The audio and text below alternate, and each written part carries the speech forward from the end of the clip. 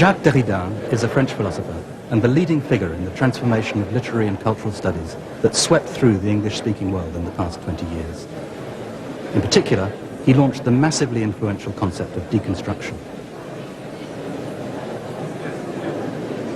Deconstruction is an approach to reading and listening, which rather than trying to uncover an author's essential argument or underlying intention, attends instead to the shifting and contradictory patterns that play on the surface of a text. Derridian deconstruction has many enemies, though, and it's been accused of undermining Western values and the very idea of the human subject, leaving only relativism or nihilism in their place.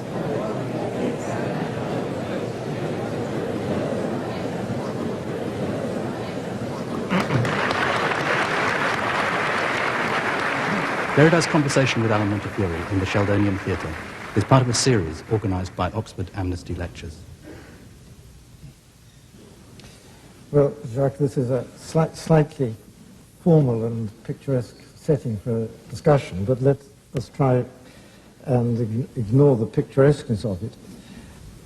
We were told that the discussion, at least I was told, that the discussion was to be directed towards, and I semi-quote, I paraphrase, the ethical and political problems posed by the dissolution and deconstruction of the subject, in the terms that the liberal tradition has taken the human being to be the subject of his or her own experience, life, activity, responsibilities, and so on. Still paraphrasing, does this subject, the subject whose freedom Amnesty International, for example, seeks everywhere to defend in the name of human rights, or the so-called rights of man, does this subject still exist? If not, what sense can be made of this freedom that we are so concerned to protect? Well, that was the theme we were given for the discussion. And there are, of course, a lot of problematic terms here, not least the very term subject.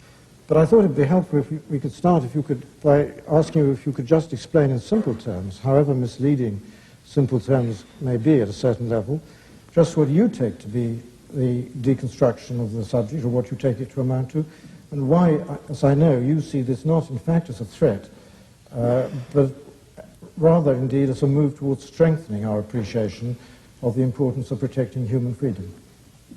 Thank you. It's a very, thank you first for being here. It's a very intimidating audience. And first, I thought when I was honored by the invitation that the format of a discussion would be more appropriate than a formal lecture. And I think I made a mistake, because if I had prepared something, I would be protected by a written text. So I wanted to come here unprotected, just totally vulnerable to questions from the floor, and I've just been told that there would be no questions from the floor. So that's the first threat to human rights. Now,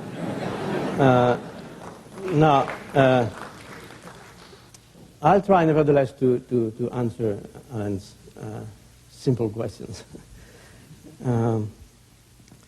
Of course, I don't know to what extent the word deconstruction of the subject is familiar to all of you.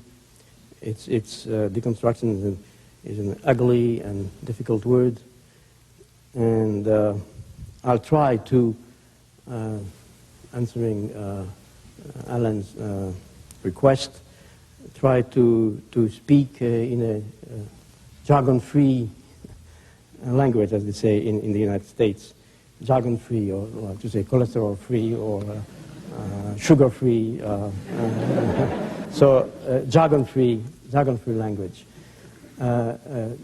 First of all, I would say that, using one of your words, that deconstruction of the subject, if there is such a thing, which I doubt, can in no case amount to a dissolution of the subject. Deconstruction doesn't mean, to me, dissolution, which means that when you deconstruct, and I'll try to explain what I mean by that, when you deconstruct anything, you simply do not destroy or dissolve or cancel the legitimacy of what you're deconstructing. In that case, deconstructing the subject, if there is such a thing, would mean first to analyze historically in a genealogical way, the formation and the different layers which have built, so to speak, a concept. Every concept as its own history, and the concept of subject as a very, very long, heavy, and complex history. First, for instance, in the English tradition, philosophical tradition, the word subject is not used the same way, or sometimes it's not used as a canonical concept, the way it is used in continental philosophy, in German philosophy, in French philosophy. So first we have to translate these words into first a different idiom, and finally in all the possible idioms. Since we're supposed to address here the problem of human rights, we face first the problem of language.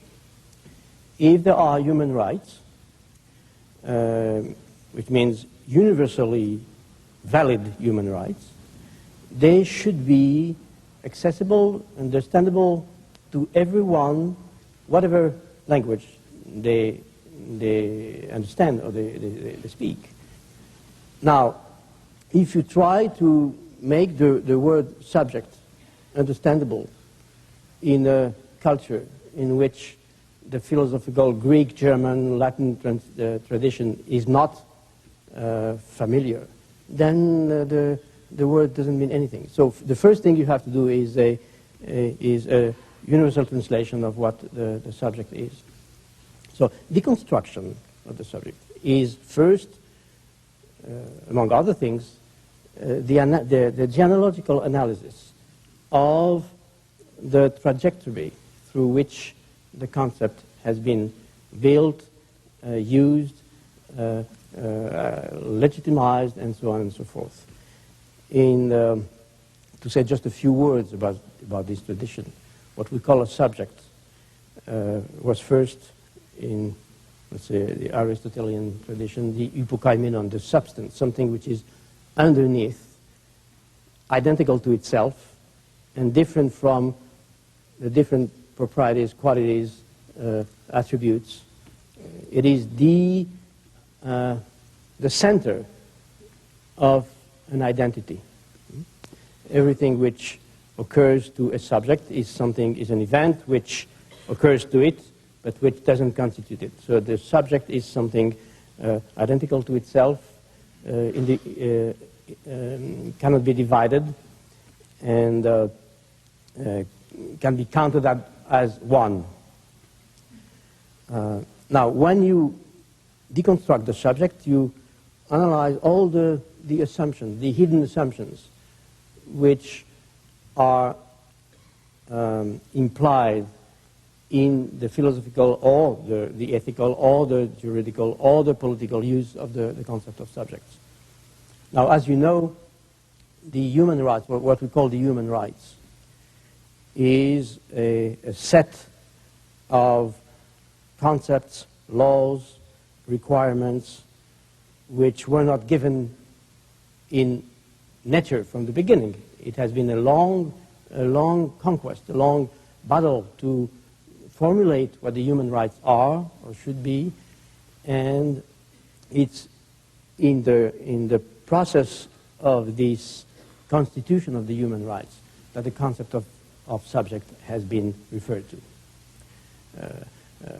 From the Aristotelian tradition, then to Cartesian tradition, the ego cogito, and then the Kantian I think, when Kant says, the I think, ich denke, must accompany all my representations, and whatever experience I have or I make, it is referred to a subject, to an I which says, I, and the I is supposed to be the subject, identical to itself, and always intact under all circumstances, in every culture, in every different empirical context.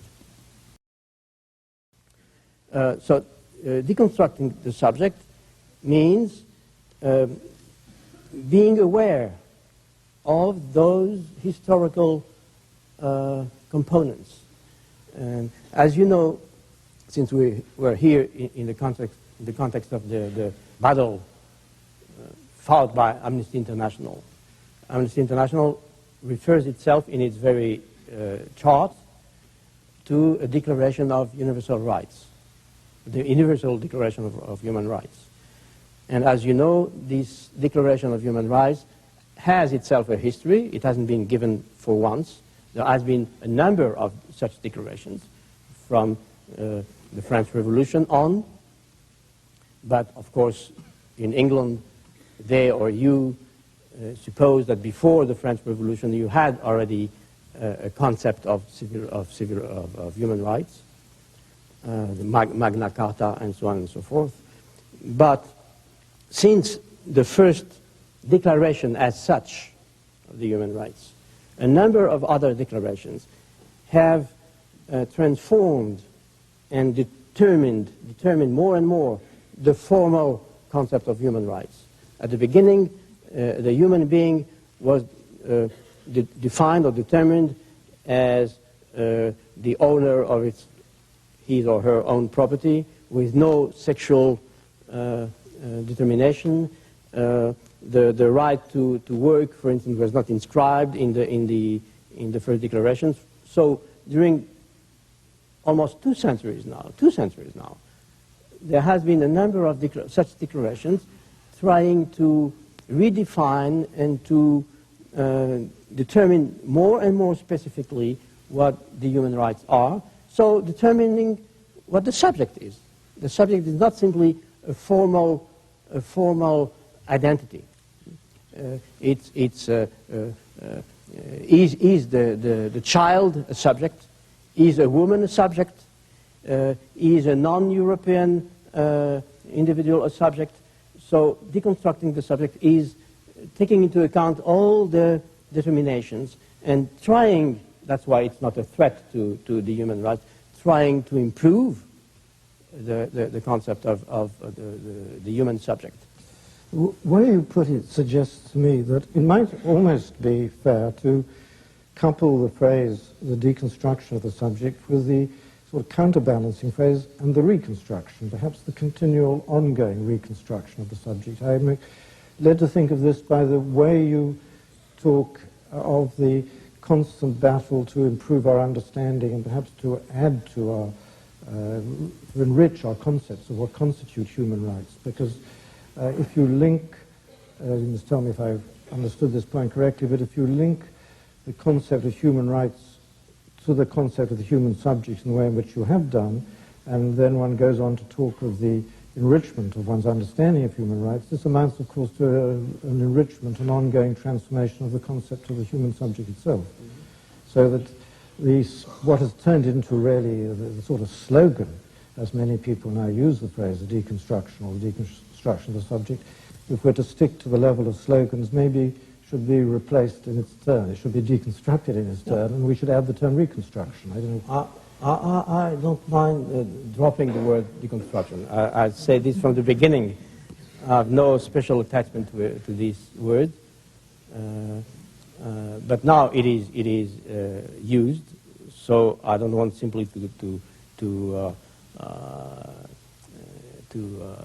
get rid of the work which has been done. I think a positive work which has been done under this word, this title. But from the beginning, I was not. I was a little surprised by let's say the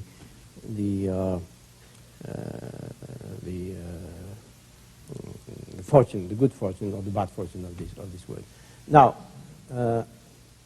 nevertheless, I would not simply replace deconstruction by reconstruction, because reconstruction would simply stay within a given space in which we're supposed to know what has to be done, and what are the foundations on which we have to construct, to reconstruct, to build. And I don't think anything is firmly assured, firmly grounded in this area. First of all, of course, I won't bore you with the discussion on the word deconstruction, but I would simply say this. First, it is necessary, I would say, and that's part of the discussion, of free discussion, of modern task, of modern enlightenment, not to rely on slogans. When you hear deconstruction of the subject, this is a slogan. Usually it's used by people who want to avoid the what they consider the threat coming from deconstruction. So, well, deconstruction is simply a negative project which undermines everything and doesn't leave anything in place, and we have to reject this. I've constantly, I'm not the only one to do that, but I've constantly insisted on the contrary, on the fact that deconstruction was mainly affirmation. Affirmation doesn't mean reconstruction, doesn't mean position, something positive, but it means a constant reference to a yes. Yes, I speak to you, I address you, I listen to you, so it's a thinking of the affirmation. Now, this affirmation is not simply reconstruction. When you use the word reconstruction in a given context, of course, you imply that something which is precious to you has been threatened or destroyed, and you have to simply rebuild. No, it's not a matter of rebuilding. It's a matter of going further, displacing, changing, and changing the world, or changing society, changing the state of things in terms of human rights, for instance, is not simply reconstructing. It's constructing something else, something other. And deconstruction is, if it is an ethics, I'm a little suspicious by the word ethics. I don't want to scare you, but I'm a little suspicious about the word reconstruction, deconstruction too, and ethics. Nevertheless, if you call this an ethics of affirmation, it implies that you are attentive to otherness, to the alterity of the other, to something new and other. That's why when I refer to, for instance, to democracy, we have to speak on democracy today, because the very concept of human rights has an essential link to an ideal of democracy. I immediately add democracy to come, not democracy as we know it, not democracy as a reliable state of things in our wonderful Western societies. Democracy has to be improved, and at the core of the idea of democracy, there is a promise, there is some openness to the future, and the openness to the future and the openness to the other implies that you don't simply reconstruct. You don't simply reconstruct. That's why if you leave me the choice in terms of votation between this and this, I would always prefer deconstruction to reconstruction. But to the extent that deconstruction is not destruction. One of the fears, I think, that many of the so-called critics of deconstruction have had has been that it in some way undermines the rationality of the subject, or the thought that the subject could commit himself or herself with clear conscious intent to some rationally undertaken project. And I wonder if in this context, and before we go on to the next topic we wanted to talk about, you might have a word of explanation or reassurance or perhaps non-reassurance. I'm not here to reassure anyone. I'm not. I didn't travel to reassure anyone. Things first, in order to think or to do something political, you don't have to be reassured. You don't have to be reassured. On the contrary, you have to be anxious and sometimes scared by the task which is in front of you. Now, on the problem of rationality, I would reply almost the same thing. I mean, formally the same thing. The people who say that deconstruction is undermining rationality. First, they don't read. And second, they refer to a certain state, a certain set of norms they call reason, rationality. And in the same way that the subject has a history, reason has a history.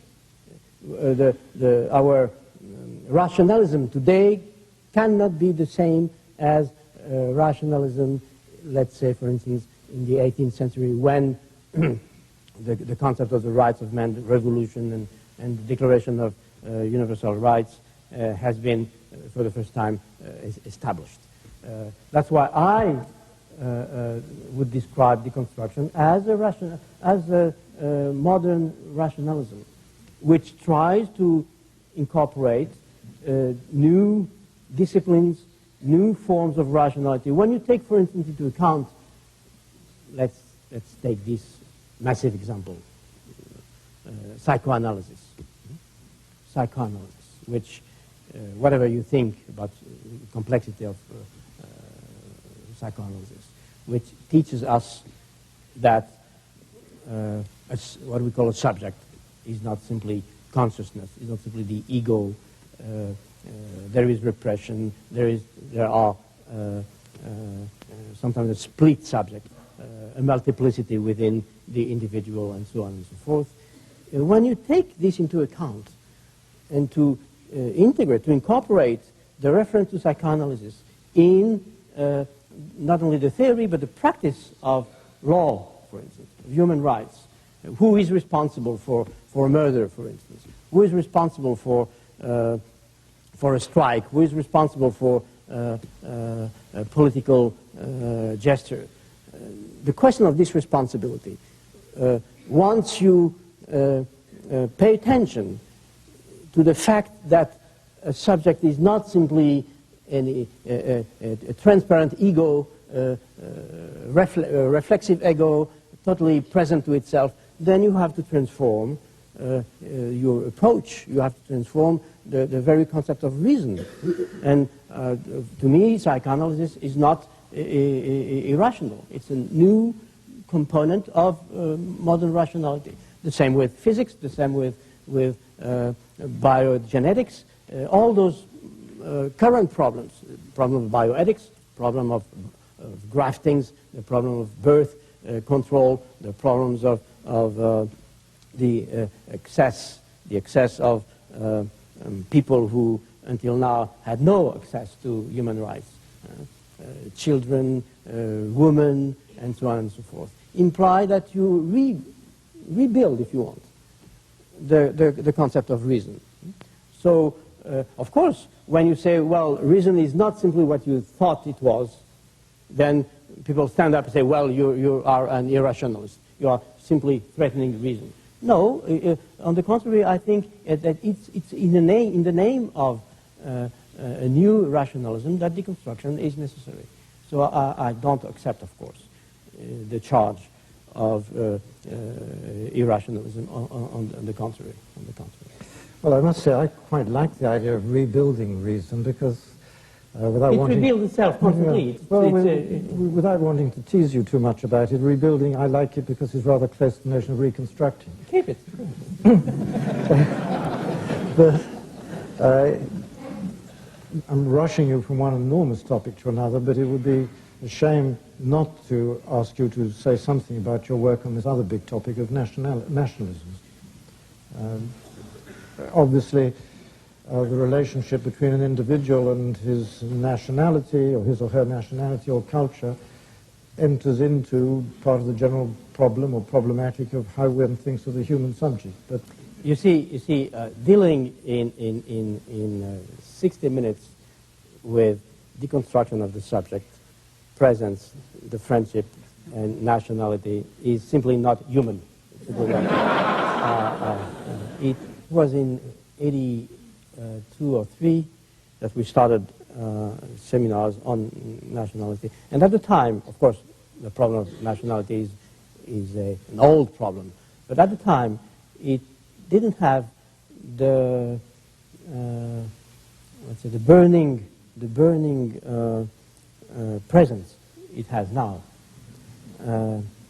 And what we did first was to analyze the reason why philosophy as such, contrary to what we usually think, philosophy is always nationally determined. Usually we think philosophy is a universal discourse, and it crosses the borders of languages, nations, determined groups, and it claims to address the universal problems. But in fact, not only do we know that philosophy as such, philosophy in the strict sense, was from the beginning linked to determined cities, languages, Greek for instance, and that a philosophical concept is not simply conventionally associated with a Greek word. When I say ousia or on for being, it's not simply a conventional sign associated with a concept. You cannot dissociate a concept from a language, from what we call a natural language.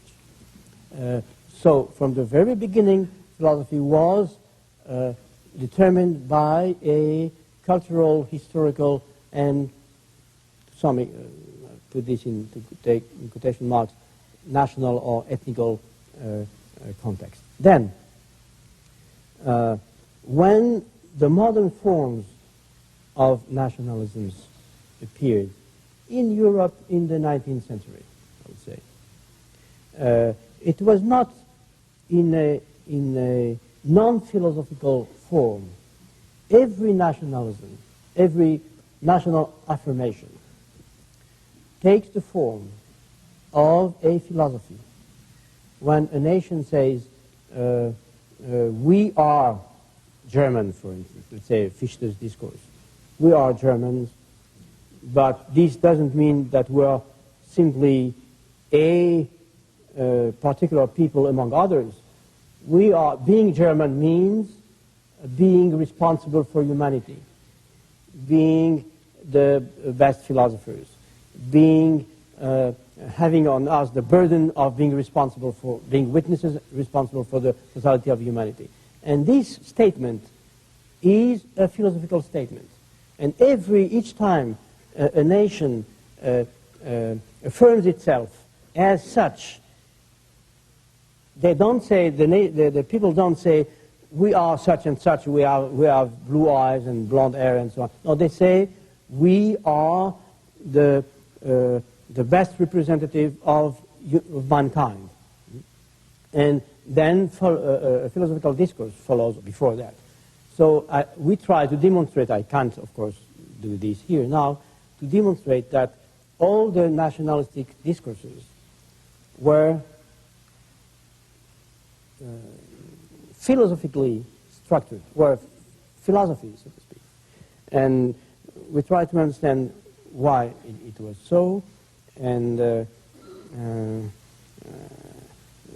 why it was urgent to deconstruct this logic of exemplarity, the statement, we are responsible for, we Germans, we English people, we French, we French people are the best witnesses for human rights, or we Jews are the elected people, etc. And we Germans and so on. And we Europeans are now in charge of human rights. And we know that, I don't say this in order to be anti-Eurocentric, which is also a very an exhausted and tired theme. Nevertheless, we know that all the concept, the axioms, and the languages of the human rights are tied to national idioms. Today, the international law and the texts which rule the international institutions are Western texts, Western discourses, linked not simply to a European nation, but to Europe as such. And Europe today is also the United States, maybe Japan too, and so on and so forth. So we try to analyze what this link between philosophy and nationality and nationalism is, without simply criticizing the affirmation or the desire for difference, for one's idiom, one's language, one's group, and so on and so forth. But how is it possible to reaffirm singularity, minority, specific idioms, natural languages, without giving rise to what we call nationalism in its violent and imperialistic forms? And what philosophy, or thinking, I would prefer to say thinking than philosophy, what a new way of thinking should be in order to reaffirm differences or singularities in terms of language, tradition, and so on and so forth, memories. Reaffirming this without falling into nationalism. Is that possible? And it is difficult.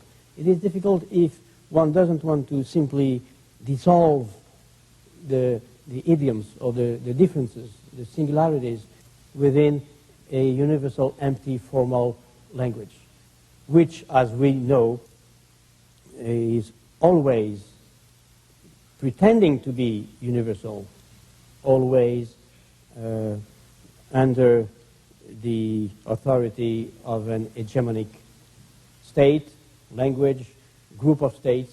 For instance, I don't want to hurt you here, but of course the English language is today hegemonic.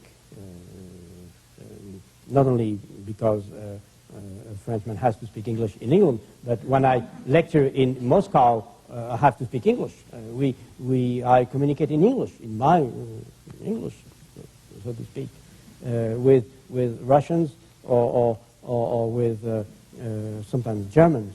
So we know that today the English language is not simply replacing all the languages on earth, but being the second universal language. Everyone has to speak his own language plus English. I don't think it's simply bad. It is very useful and better than nothing, of course. It helps. It helps. But we have to be conscious of the fact that this universal translator, which is the English language, imports or conveys with it some national hegemony, not England's hegemony, as you know, but mainly American hegemony. But I'm not simply against that. We don't have to be simply against, because it has very positive aspects. But we have to be careful to be vigilant. And it's a task which has constantly to be redefined, because thanks to this universal idiom, communication is made possible, especially in scientific and political discourse. So it's a positive aspect, but this positive aspect has also its negative implications. So that's why it's not easy to be simply against nationalism. Of course, it's easy to be against the most violent imperialistic forms of nationalism. This is very easy. I mean, easy, I hope, among us. But as soon as I say I have a language, I speak my own language, and I don't want to give up French, for instance. And it's already a form of affirming a subtle nationalism. Being nationalistic, since it's not a description, when I say I speak French, it's not simply a constative utterance. It's not simply a description. It's a way of committing myself. I say, well, I confirm it is good for me to speak French, and I prefer to speak French than English or than algebraic Esperanto. So in that case, as soon as you reaffirm your own language, your own idiom, and as soon as a poet speaks his own language or her own language, there is the beginning of some nationalistic affirmation, something which is not simply content with describing a situation, but trying to commit oneself to affirm, to say it's good, to sign or to countersign. So you have, this is an aporia, and there is no political decision without going through an aporia. This is an aporia. I have to reaffirm my difference and to respect the other's difference without, of course, giving rise to what we call bad forms of nationalism, that is aggressivity, xenophobia, exclusion of the other. So when you show some respect for the other, you have to respect his or her own language and to affirm yours. And that's the experience, the deep experience of translation, which is not only a political but a poetic problem. Thank you.